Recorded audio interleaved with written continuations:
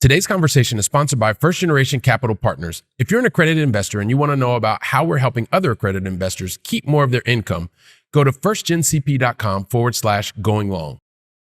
I have no shame in picking up the phone and just calling a bunch of realtors and asking questions about stuff I don't know about, because that's how I learned when I was 17, 18, 19 years old. When I made that purchase, that's how I learned. There was no podcast and YouTube was just starting out. You're listening to the Going Long podcast with Billy Keels, the #1 podcast for long-distance real asset investing. Welcome to the Going Long podcast. We're back once again to continue to help to educate you so you feel much more comfortable as well as confident investing beyond your backyard. And yes, I'm your host, Billy Keels, and I am super excited to welcome you back to another episode. This is awesome. It's another guest episode. This is going to be really, really cool. And I want to jump right into the episode. I also just want to let everybody know, really appreciate you continuing to share across social media with your screenshots, tagging us, and all that stuff. We really appreciate it. It continues to attract more and more members of the Going Long family, and we really appreciate that about you.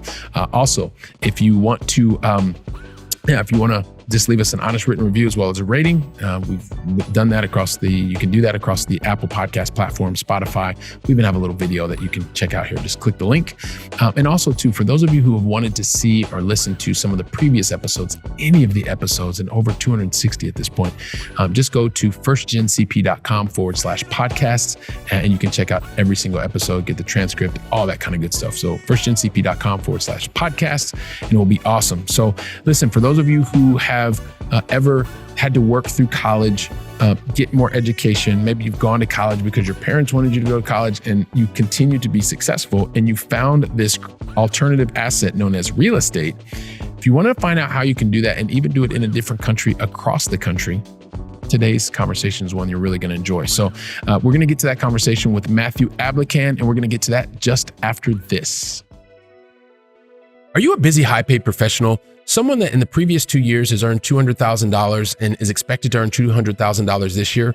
Or maybe if you filed jointly, previously you've earned $300,000 the previous 2 years and you're also expected to do that this year. Or maybe if not, either individually or jointly, you have $1 million in net worth, not including your primary residence. If you meet any of these criteria, then you're someone that the IRS considers to be an accredited investor. That probably means you're someone like an enterprise software sales executive. You may be an executive in a major corporation. You may be a doctor. You may be a lawyer, maybe a high-paid consultant. You may even work for a major sports franchise. The thing I know you have in common is that you continue to do the hard work. Like you're doing 100% of the work and you're only bringing home 50% of the reward because you continue to get crushed by your income taxes. If you are tired of this situation and you're looking for a new solution, then go to firstgencp.com/going long. When you get there, that's going to help you to start the journey so that you can begin to take back control of your taxes, take control of your time. And then also that means you're going to be able to spend more of the time that you want with the people that you love the most. And that is the way that you're going to get the personal freedom that you're looking for. So if you're looking to take back control, go ahead and go to firstgencp.com/going long and see how we can help you today. So if you've been really, really interested in understanding how putting people first can lead to accelerating your long distance investing success, then guess what? Today's a conversation you're going to want to listen to until the very last word. You know why?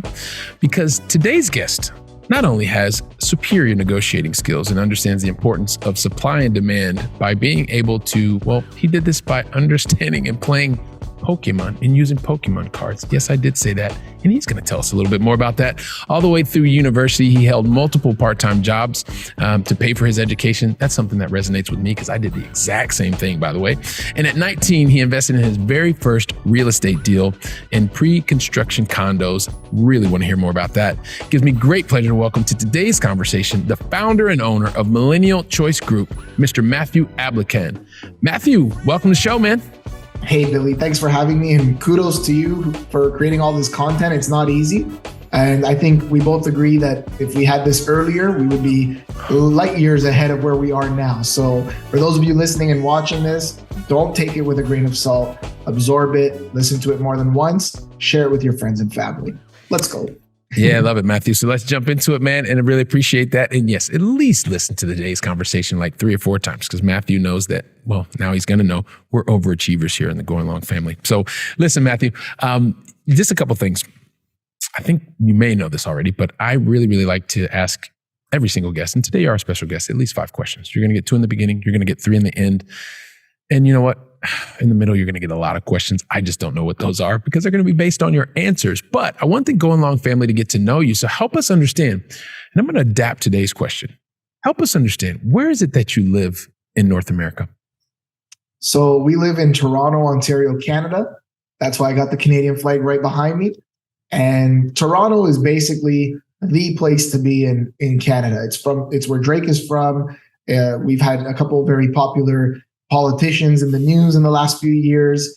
And so Toronto is the place to be. If you're going to come to Canada, you got to check out Toronto. All right, fantastic. So we can do that. And I guess you probably can help us get a private concert with Drake as well. I'm going to assume. Well, no pressure. Don't answer that. Don't answer that, by the way, Matthew. Right. I don't want to put any extra pressure on you. No, here's the thing also too. Love to start out with positivity here or continue with positivity. So help us understand, what's the most positive thing that's happened to you in the last 24 hours? So the last 24 hours, my wife and I were in the hospital. We were doing a checkup on her. We had to go to the ER as a follow-up, and our baby that's soon to be due is healthy. Things are going well.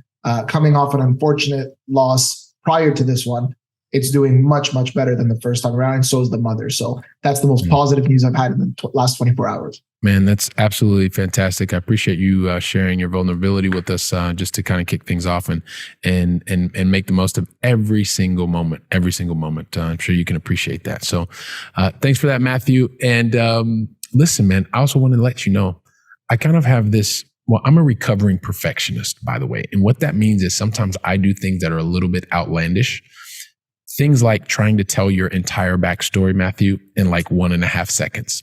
That was never, ever going to happen, right? You've done way too much. You've impacted too many lives, but it's one of the character flaws I have. Hey, that's what happens. But here's the thing. I am going to ask you for your help because I would love for you to tell your backstory in your own words. And you get to use a lot more than 1.5 seconds. I just kind of do that as an intro to get things started. So tell your backstory in your own words. Take as much time as you need.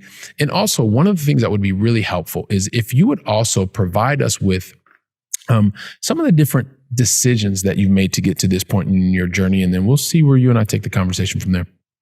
Sure. So I always share the beginning of my story obviously started with my parents. Both of my parents are from Iraq, from the Christian faith, and they actually both left Iraq separately. They didn't know each other back home in Iraq. They left separately just to start better lives for themselves and their future families. They didn't have a family at that time besides their parents and their brothers and sisters. So my dad went to Montreal, came to Toronto. First he went to Greece, then Montreal, then Toronto. My mom went to Iran and then to Canada and Toronto. And so they met here at a local church.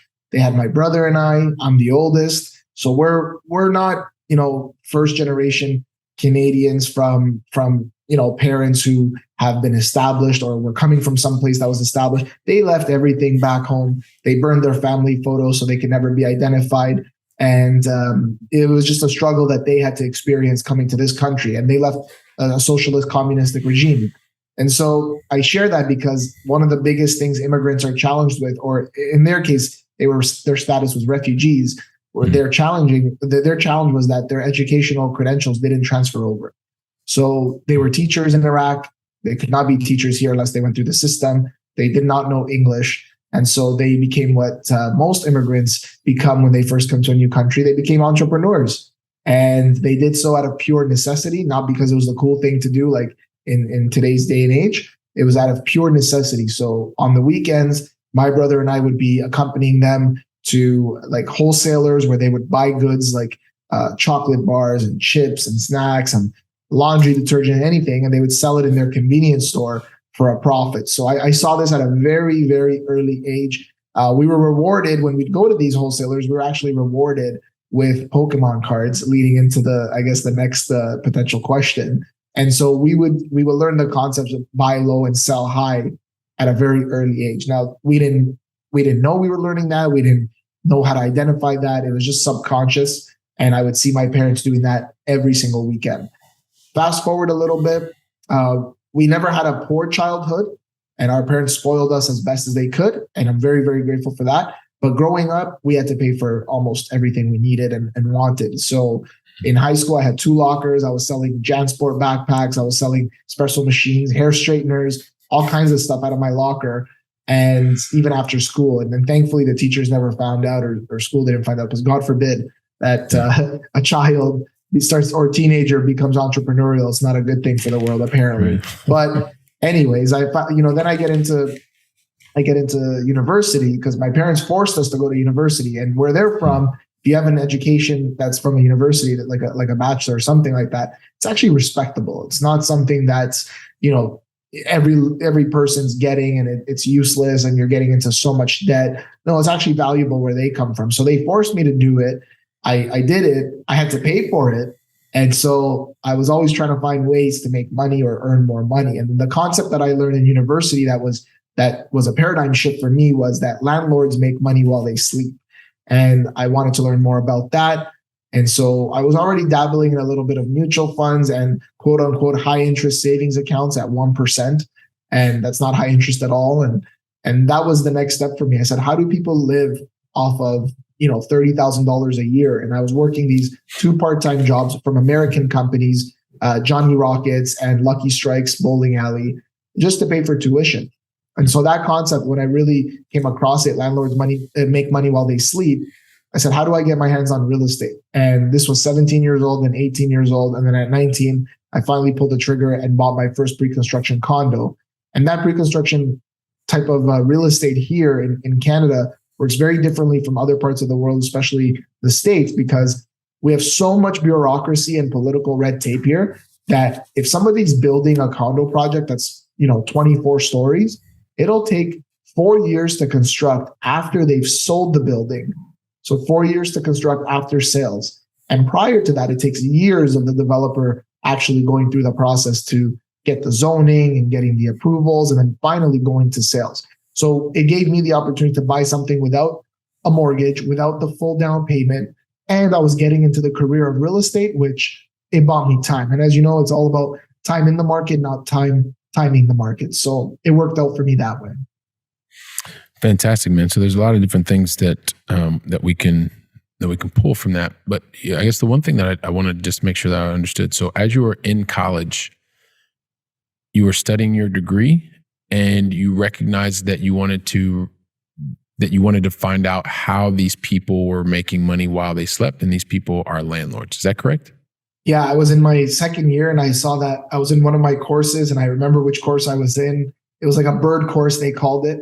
And I was just stressed out financially. Like I said, I had to pay for my tuition and I was trying to find ways to do that. So that's the concept that I came across. My bachelor's is I graduated. I have them behind me actually. And one of them is in law and society. So it was the precursor for law school. And then one of them is from teachers college. So I am a certified high school teacher, never applied to the board to get a job, but I did graduate with those 2 degrees.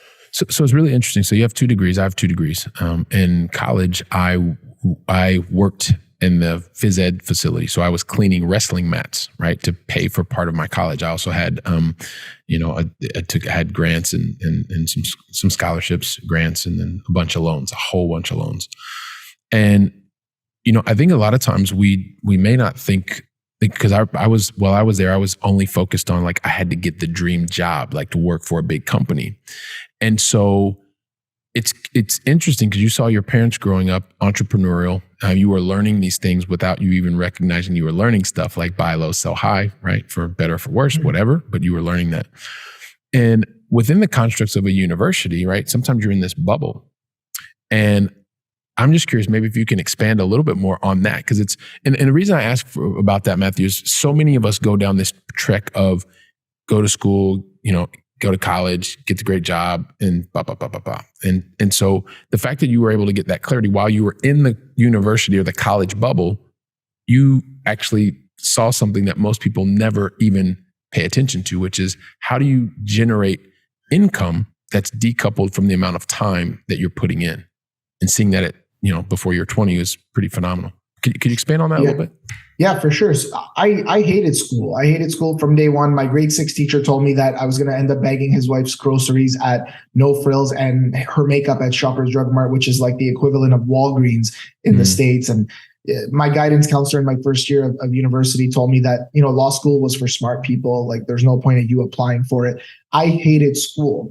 That doesn't mean I wasn't smart. Like if a lot of people are kind of experiencing those similar experiences, it doesn't mean you're not smart. It just means that's not the right setting for you necessarily. So I did do it in a way to please my parents. Gotcha. And nonetheless, I feel like a lot of immigrants and a lot of kids of immigrants, they kind of go through the same thing. But I knew from day one that I wanted to be entrepreneurial. I knew even my major was in law, but I enjoyed law. I enjoyed studying criminal law specifically. And I knew that if I was going to go to law school, I was never going to represent criminals. But at the same time, I would never want to work for the government to prosecute the criminals. I wanted to have my own firm. So that wasn't an option for me. I didn't want to do any other form of law. And so, I think early on, out of just sheer necessity, needing income, needing money, and saying, how do I go about that? Like I'm at a ceiling. I can't earn more working at these restaurants. I can't really do much more. I'm serving, I'm getting tips, and it's fine. But like I said, I have no social life. I'm doing 2 degrees, 2 jobs. I have nothing, and volunteering for Teachers College. I have nothing to really show for it at this time. And I was fed up. I was really, really fed up. I used to look at the ceiling every morning when I'd wake up to go to work. I'd see the popcorn ceiling and I'd say, this is the day that nobody hears from me. And they're not even getting a 2 weeks notice. I've checked out 2 years ago. And so I would still show up. I did, properly leave those jobs and have good relationships with those folks still till this day. But it was out of pure necessity. And when I bought the condo, like yourself, I had bursaries, I had grants, I had some loans. And then at the same time, I had some money saved. So I was able to use that for the first deposit, which was only 15 grand. I had that money. But then shortly thereafter, I was already in the real estate program, even in university. I got licensed. So I got licensed at a young age. I was 19 years of age. And I graduated university. I think I was maybe 23. And so I had a really tough time staying in school. Like I hated school. I saw no purpose of it, or for it, I should say, for me. But I stayed, I persevered, I got it done. And, hindsight's 2020. It's had some benefits and some perks to having those degrees. But nonetheless, I'm grateful for where I'm at now. Yeah. So, and so the fact that you are grateful for where you are now, and you've gone through a number of different life occurrences to get here, is fantastic, right? Accept and understand how you got to here, and then do what you need to do to continue to change the trajectory. But would it be safe to say that you did the education, the formal education thing? That was a parent pleaser thing. Was that what that was? Okay. So that was about pleasing parents. So I get that. That ticks the box. Talk to us about the transition that happened from, okay, you've got the 2 degrees, you did what you're supposed to do. You started getting this experience and figuring out how people actually make money while they sleep. That was part of even what you studied. But then you were in these jobs. So talk about the transition from the jobs to actually starting to not do things to please other people, but start to live the life that you really want to be living. Because you curated that early compared to a lot of people.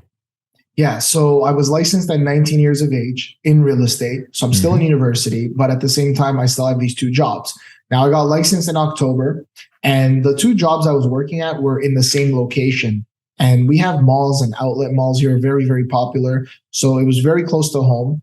And those 2 jobs in the winter season, start to get, busier in November and then December because of Christmas and stuff.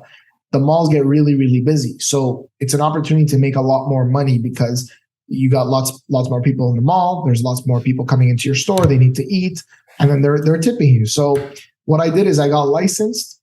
I did my first deal, and it closed first week of December. So I got licensed mid-October, October 20 in 2012. And then I closed my first deal December 6th. My cousin was selling her condo. She bought a home a year prior from the builder. It was pre-construction. It was finally getting ready. It was going to be ready very soon. So she needed to sell the condo she was in. So when I first got licensed, all I did was text everybody that I had in my phone. Doesn't matter if I hadn't spoken with them for how long. I just texted every single person. I said, this is what I'm doing now. I'm in real estate. If there's anything I can help you with, let me know. And I told them the company that I'm with, it's been around for 40 years. They're backing me up. They're helping me, supporting me. So if there's anything you need, let me know. My cousin was my first client. So I never quit those 2 part-time jobs though, early on, because what I did is I said, I want to make some money this Christmas season. I'm a manager at both. I'm serving at both. So at the time, like even prior to that, I was getting much more than minimum wage. I was a manager, supervisor, much more than minimum wage, but also I was getting tips. And so I was earning as much as I could with the people that would come into the stores. And I ended up quitting both jobs on a Monday right after the Christmas season. It dies down. They were slow. They were okay with it. I didn't even give 2 weeks notice. On a Monday, walked into both respectfully. And I said, guys, I stayed. I helped you guys. I'm out. So a lot of people don't do that. A lot of people don't go cold turkey. They go part-time. They get their feet wet. But I was balancing. And I don't forget it. One of them, it was a bar. It was the bowling alley / bar that was open till like 2, 3 a.m. sometimes. And I remember going outside when in the middle of my shift, answering phone calls for my cousin's condo that she was selling, answering phone calls from the realtor. And then, I ended up closing it right away. So I was fortunate enough that I had that right away, that experience immediately after getting licensed. But quit both jobs, same day, couple months after I got licensed. And then the rest was history. I was still going to school. I was still trying to, complete my degree, but I'm focused on building my real estate business. I didn't get to be full-time because of school until maybe, like I said, like 3-4 years later. But I always knew when I got licensed, my buddy who's a doctor and he's still my best friend now, he says, do you remember when you got licensed, you told me you always wanted to open a brokerage. You were never going to just be a solo agent. I said, I don't remember telling you that, but obviously we're a brokerage now. So I assume it was correct. Yeah. And so, as you figure, and a lot of times people will remember the things that you say, even when you forget, right? And as you were on this path, once again, to figuring out how you could decouple your time from generating income, you went into what I would deem, because I spent 26 years in client-facing roles. The last 21 years, I was in a number of IT companies, but always in client-facing roles, so sales and sales leadership. And so from a brokerage perspective, you're really responsible for generating interest and generating revenue. At the same time, you happen to have a very strong passion for education, which sometimes people just go into brokerage and all they care about is the numbers, right? And I know that you have to do that because you have to generate income, and your teams do that. At the same time, not everybody has this passion and desire to continue to educate. I know that that's something that's really big for you, which some people may find ironic because you didn't like education, right? Formal education. Maybe you could talk to us about maybe that juxtaposition and why you have such a passion of helping to educate others, including investors today. Yeah. So I took that, everything I learned from Teachers College, I took it and I apply it to my sales approach now. And I really don't like the word sales. We're just guiding people to where they want to go. But it's an education-based approach to selling. So that means you're going to give all the information, because historically, before the internet, you read, from books like Brian Tracy and stuff like that. You read that most salespeople would like to withhold information at that time, and then that's how they were seen as the experts, because there wasn't, any ability for consumers to really look up what these people were saying. And so that changed with the internet.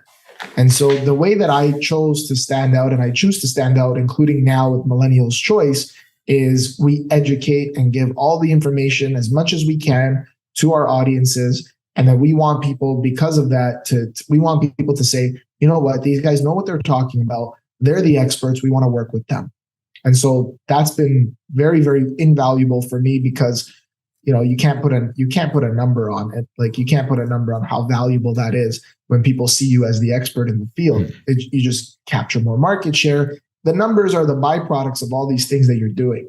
And that'll come. I've never budgeted. I've never created a business plan ever. And I refuse to, because I know that if I stick to my guns and I become more valuable as a person in society, and, take care of people, treat them right, and I'll be looked after. My career is going to be great. I'm fine with that. So we just celebrated 10 years in the industry. We've had our best years these last few years. And including this, Congratulations. Thank you. And including this year was a difficult one because we saw a lot of aggressive rate hikes in Canada and other parts of the world, but starting in March of 2022. Yep. So fast forward now, 8 months later, you're seeing that the market's kind of stabilizing a little bit where we are. People are realizing that the world's not coming to an end. And even though we have a major supply issue, we're starting to see more and more activity come to the market. But I've never been a victim. And I'm never going to say, oh, it's because the economy is bad that, I'm not doing well as a realtor. I've never been a victim. I reject that mindset. And so I just build solid foundations and education. Again, I stick to it. If the market's a little bit slower and our volumes are down across the board, which is what happens, then you know what? I'm going to double down on my podcast. I'm going to double down on going on other people's podcasts and invest in marketing and capture more market share. Because when everybody is shrinking, including the economy, the government, and whatever, then I'm going to do the complete opposite because I want that contrarian lifestyle and that viewpoint. So that's how we choose to operate our business. And yeah, that brings us to where we are today. Yeah. So, and I think having that focus and, one, being able to say, hey, listen, even though you didn't like that formal kind of education, you understand the importance of being able to continue to educate. And there's lots of different forms of education, right? I agree with you, not necessarily just because you sit in the classroom and watch a teacher all day, that's the best way for you to learn knowledge. I prefer to actually learn by doing. But when you are able to help to educate others and also recognize what's happening in the environment, whether it be micro or macro, then you also are able to pivot, making sure that you're always doing the things that you can to add value to others. So it makes huge amount of sense.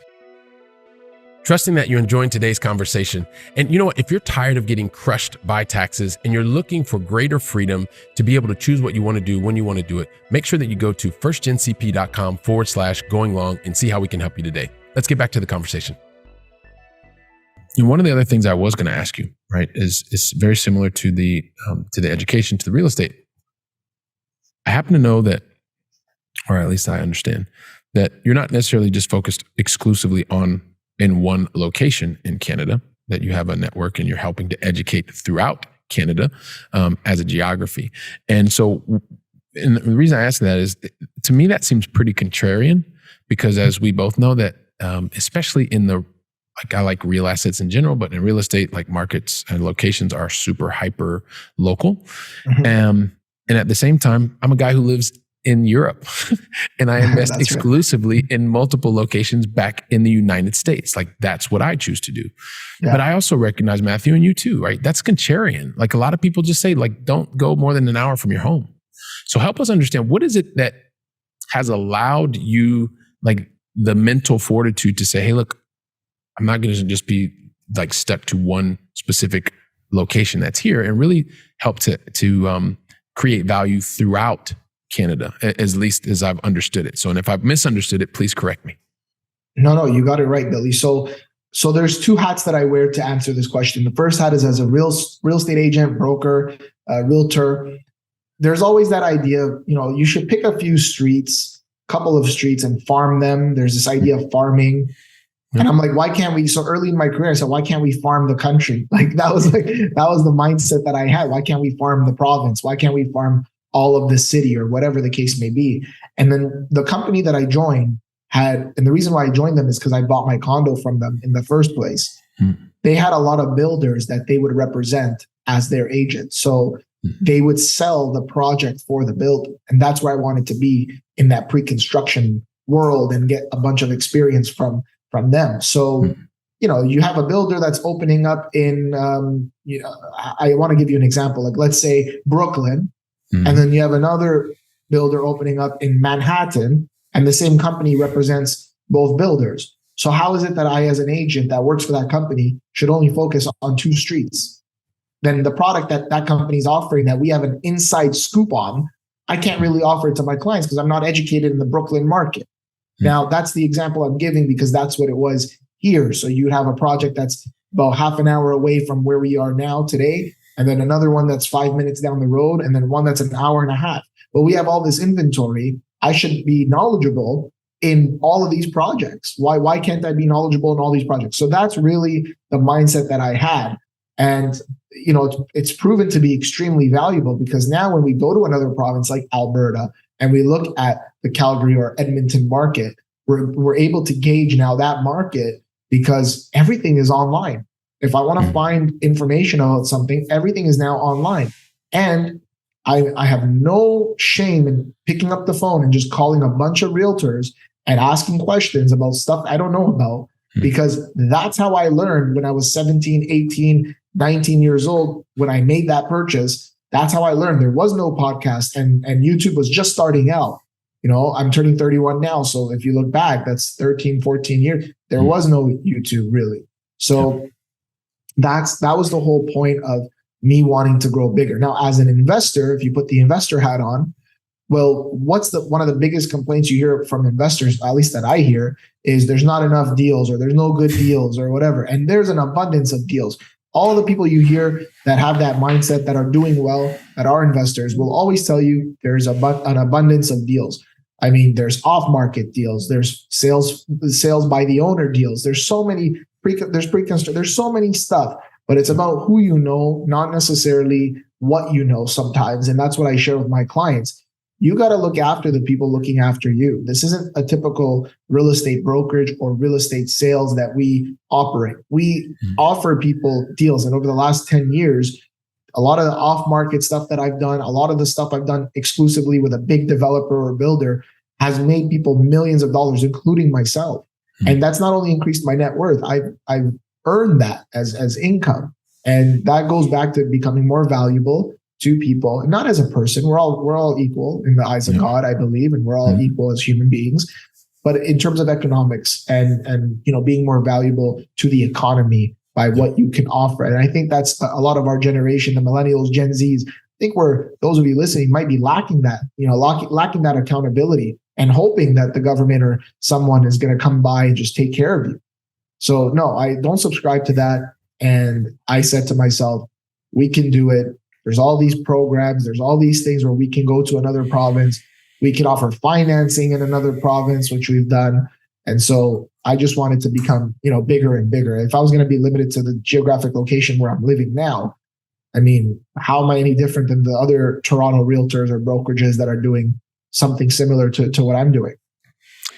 Yeah, no, and that is, being able to differentiate yourself and the ways in which you add value to others, being able to be a valuable individual to other people, whether through whatever type of exchange you can have, I think is always something that's always really, really important. I appreciate you also giving us more of the context in terms of why you also are interested in continuing to be able to look just beyond your backyard in terms of the value that you're adding.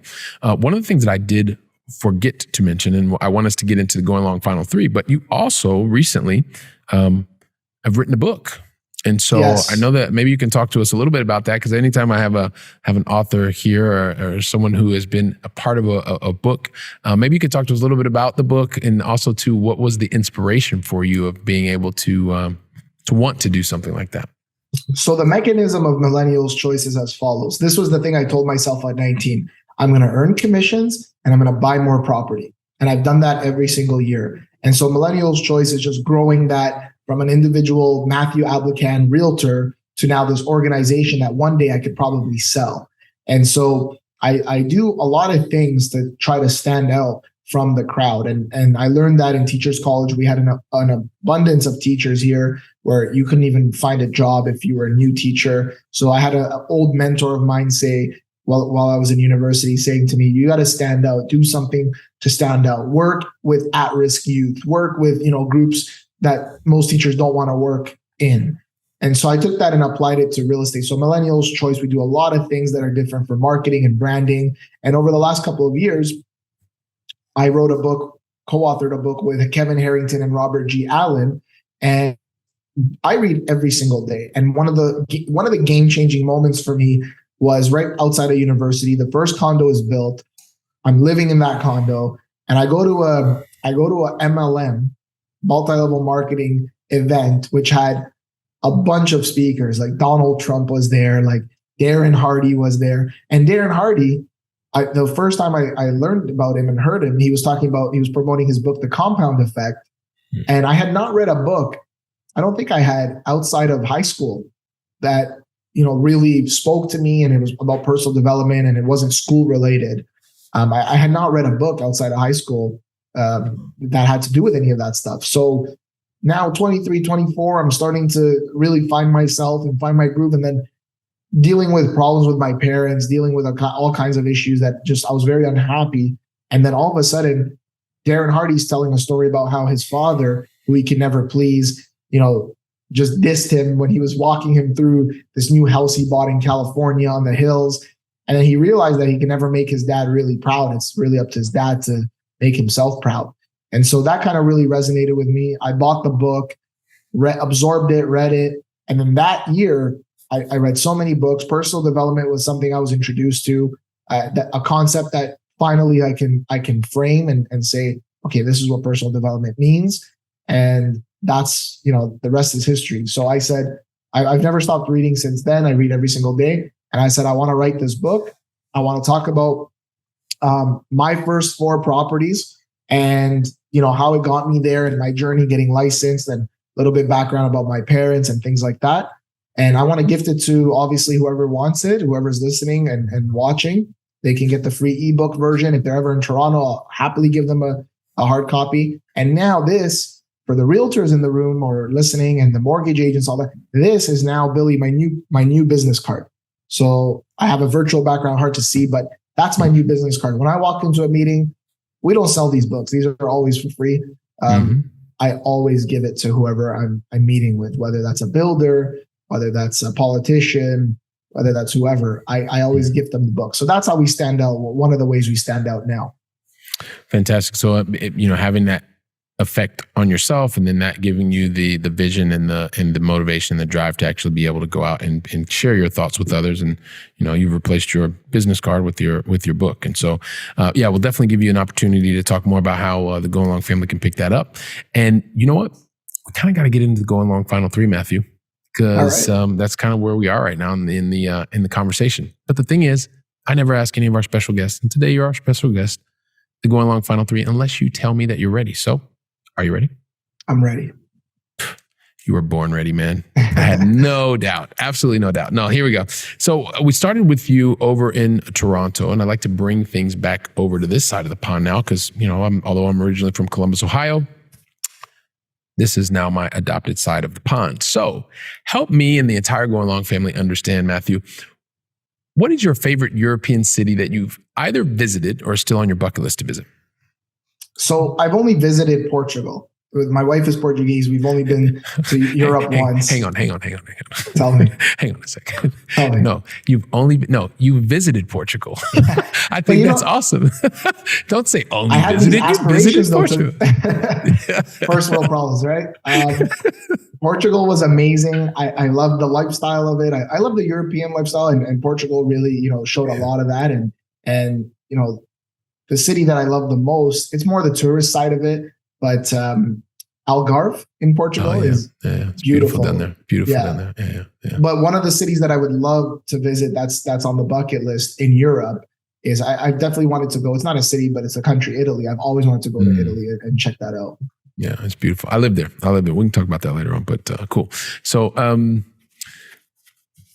well, you have to, but so would you say are you like more of the South? So maybe some more like a Naples, or maybe like Rome or up north, Milan? So, you know what? Rome is obviously, I want to go see the Vatican and all these different kinds of, monuments. I love that. I'm a history guy. I love learning about history, but definitely places like Naples. I want to go to like the authentic places. That's what I like to do.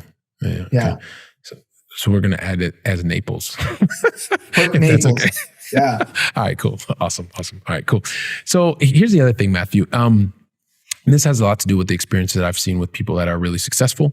And, I would consider you as someone who's very successful. Early on, you had the vision that the things you wanted to do. You've taken consistent, massive action to be able to do that. You've impacted lives, across the globe. I'm going to go and dare to say beyond Canada.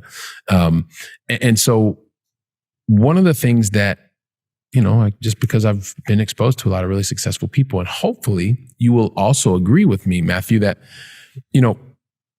one of the things that separates people that are really successful apart from everybody else is that they, unlike most people, when they are, when you set your mind to something as someone who's successful, you go out, you build a plan, you execute the plan perfectly the very first time, which allows you to go much faster than most people in terms.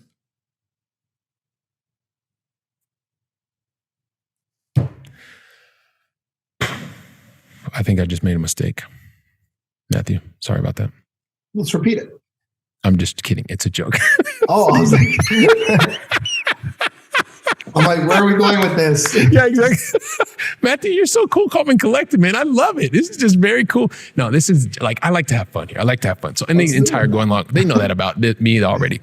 Of course, most people that are really, really successful, Matthew, and you know this, and I appreciate you not like blowing the whole thing up, but most of the times we don't get things right. They don't get things right the first time or the second time or the 18th time. Many times, those people that are successful, you know what? Because they're trying so many different things so often, they usually make more mistakes than most people, like 20 to 50 times more mistakes.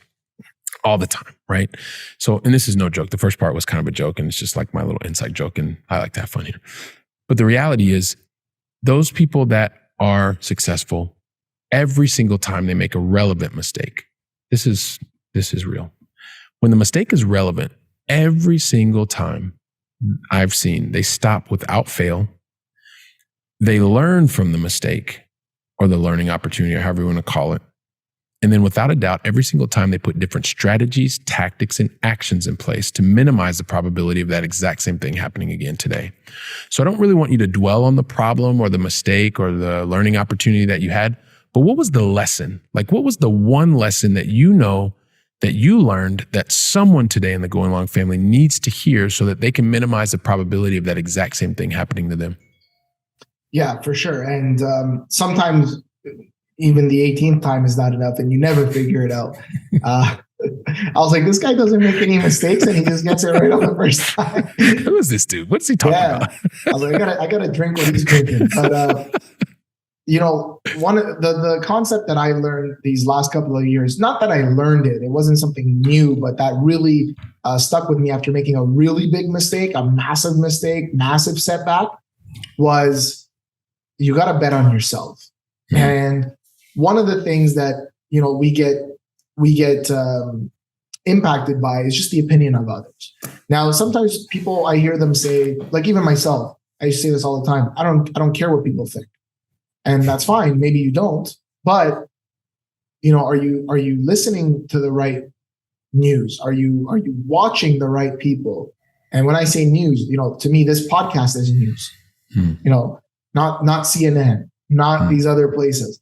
So who's really in your ear and influencing really how you think? Because that's what it comes down to. And then how you think will control how you feel, which controls how you act. Yep. So I made a decision. It was a wrong decision, setback, failure, lesson learned, won't be repeated again. But the concept that I got from that was just bet on yourself. You've already proven to yourself that you can achieve what it is you want to achieve.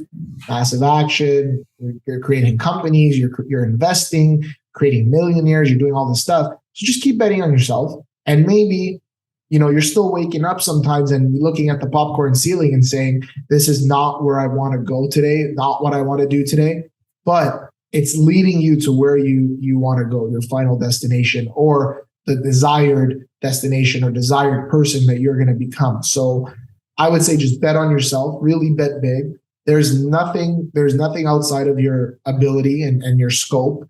If you need to learn something, it's all online. We have, Professor Google at our fingertips now. And it's just about being confident and being able to bet on yourself. Don't wait for other people to come by and do something for you or give you the right advice or whatnot. Everything is available. You got to learn. You got to understand knowledge is the potential of power. Surround yourself with the right people, and then rinse and repeat and learn from your mistakes. Rinse and repeat. I love that. Learn from the mistakes, but most importantly, bet on yourself. So appreciate that lesson that you learned, that you paid full price for, and you're helping to pass that along to someone else at a discount. Yeah. So, and then lastly is really, and we talked about earlier your book, and so you're going to give us a way to find out more about Achieve. excuse me, Achieve Volume 2. And one of the things that, I always like to kind of wrap things up with is also helping us. And you're someone who's an avid reader.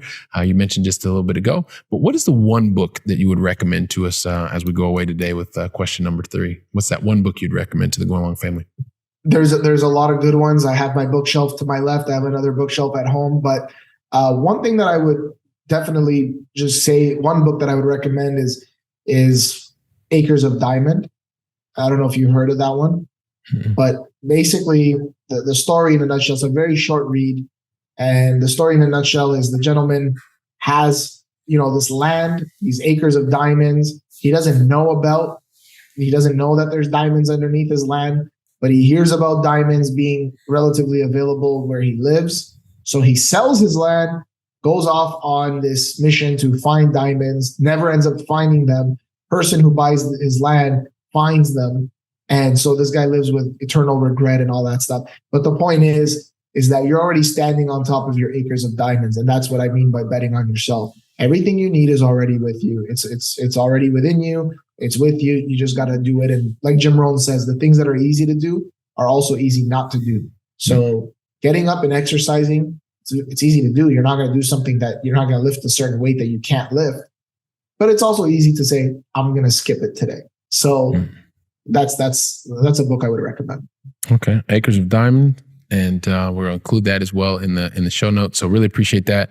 And, I'm just going to the beginning of the conversation, Matthew. I'm thinking, you're telling us this story. Your parents are, each on their own at different times, leave the Iraq, transfer from different places, different countries, and both eventually meet in Canada. You and your brother, as you mentioned before, both born in Canada, you recognized, hey, listen, even early on in life, you had an opportunity, even before you really knew it, because of what your parents were doing as entrepreneurs, right? As recently arrived entrepreneurs, they said, listen, we're going to go out. We're going to create the life for not just for ourselves, but for our children. And you watched by osmosis, the buy low, sell high. You got to play with the Pokemon cards. You also recognize hey, listen, because you were inspired by your parents to go out and get the education, even though you weren't necessarily really all gung-ho about going out to get the formal, quote unquote, sit in the school and learn in front of a chalkboard.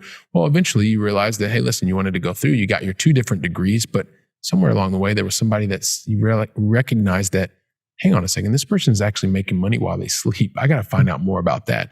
And so even during your college, you decided, hey, listen, you're going to go out, you're going to learn about this, the theory, but then you put it into practice. 19 years old, you're already out buying your very first investment property and getting your license, and decided that, hey, listen, you're going to continue to go that way. And now it's gone from just something that you were interested in to something that you're actually living. You're helping people all across Canada. And like I said before, I would dare say even across the globe, continuing to help to raise their level of education, helping them move from theory into practice. And you're doing that all under the constructs of Millennials Choice Group. And so I know that so many people are like, yeah, Billy, but just ask the most important question. So I'm going to ask it. Help us understand, what is the best way for the Going Along family to find out more about what you're doing, Matthew, more about what you have going on as well at Millennials Choice Group, so that we can get you in touch with one another? Yeah, so I manage my own social accounts. The company has its own social accounts that are managed by somebody else. But if you guys want to connect with me, the most active account that I use is my Instagram at Matthew Ablakan, just first and last name. And if you guys want a copy of the book, you can visit financialfreedomclub.ca/ebook. Ebook is just one word, no hyphen. And Billy, I'll share that link with you later on. But yeah, connect with me on Instagram. Send me a DM. Let me know you heard me on the Going Long podcast. All right. Fantastic. Absolutely fantastic. So Matthew, listen, man, on behalf of the entire Going Along family, I just want to say thank you very much for deciding to join me here and invest your time with me and share a bit more of your story. So thank you very much. And thanks for having me. Hopefully I'll be back on soon. All right. Sounds great. And Matthew, if you give me just a couple seconds, I'm going to wrap things up and then give you your time back. So Going Along family, listen, Matthew left it all here. He shared, he didn't, no holds barred. He gave you everything you wanted to know. He even has given you the chance to pick up his book absolutely for free. We're going to include a link in the show notes. But most importantly, don't let this just be a conversation. As we said in the beginning, listen to it a couple times. Invite family, invite friends, talk about the concepts that Matthew shared. Maybe you're first generation and either an accredited investor, or maybe first generation living in a country, and you have certain things that this episode brought out. Talk about it, make it a reality. And while you're doing that, going from theory to practice, I'll be here preparing for the next conversation. So until then, go out and make it a great day. And thank you very much. Trust that you enjoyed today's conversation. And once again, today's conversation was sponsored by First Generation Capital Partners. If you're an accredited investor and want to find out more about how we're helping accredited investors to gain their personal freedom even faster, go to firstgencp.com/going long.